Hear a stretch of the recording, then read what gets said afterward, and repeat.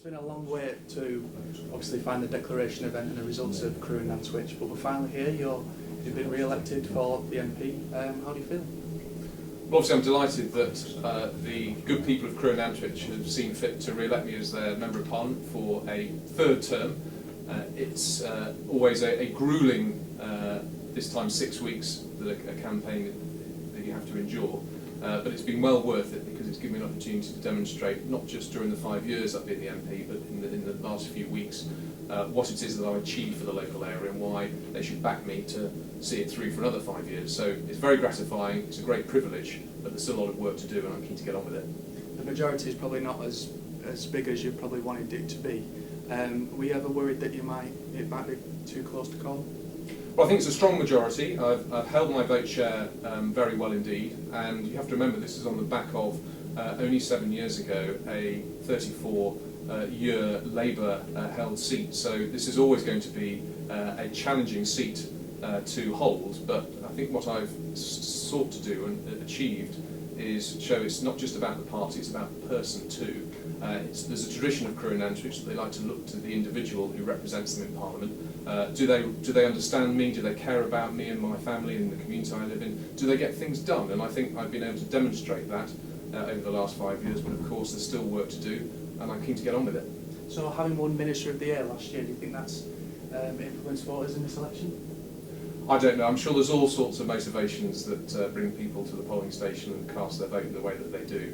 But what I do know from having had many conversations, not just in the last few weeks, but over the last few years, is that people do value a Member of Parliament who is accessible, who works hard, who's honest about what they have achieved, and also gets results. They're starting to see changes here that have been promised in the past but not delivered. But we want to see it through to its conclusion. The next 5 years will be crucial to make sure that we really do get Crewe Nantwich on the map. And the Conservatives are on course to win an outright majority in this election. What can we expect in the next 5 years? Well, I think we can expect continued stability that we've created in the economy, the growth and the jobs that we have seen, which others thought wasn't possible. But also the security of knowing that we have a party that understands how to protect those who are vulnerable, but also ensure those who need a help up into the world of work or to try and buy their first home have got that opportunity with the Conservatives. I think that's reflected in the results today. And I think we're all now chomping at the bit to get back to Westminster and start delivering on our manifesto. Do you think the result tonight has shown that the country is more interested about the economy and how it's recovering rather than other topics that have been raised like immigration and the National Health Service? Well, the fact is, and the Prime Minister was at pains to make sure everyone understood this throughout the campaign, if you don't have a strong economy, you can't have a strong NHS, you can't have great schools, you can't defend your nation, you can't ensure that we have a pension that's good enough for people in retirement.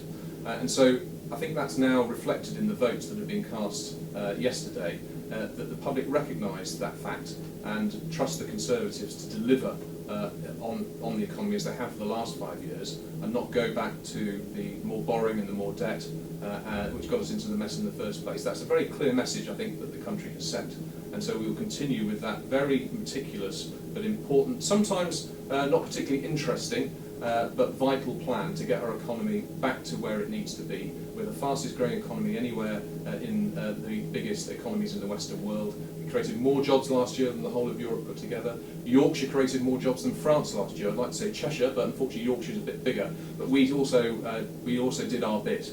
We halved youth unemployment here in Crewe Nantwich, but there's still work to do. And I think now we have a strong Conservative government, a strong Prime Minister who has a strong track record, who can deliver on all of that for everybody, not just here in Crewe Nantwich. So would you say that the economy is the most influential factor in this election?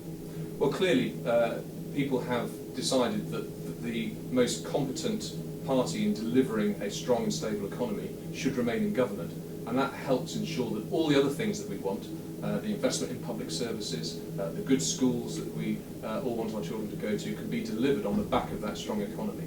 So I think it is a vote of confidence in not only what we've done in the last 5 years, but what we've set out for the next 5 years to make sure that Britain really is a brighter place to live in for those not just growing up now, but also in future generations. And just on a final note, leading into the election, it was neck and neck with the polls between Conservative and Labour. Did you ever see it being this kind of result where Labour have lost the likes of Ed Balls and etc.?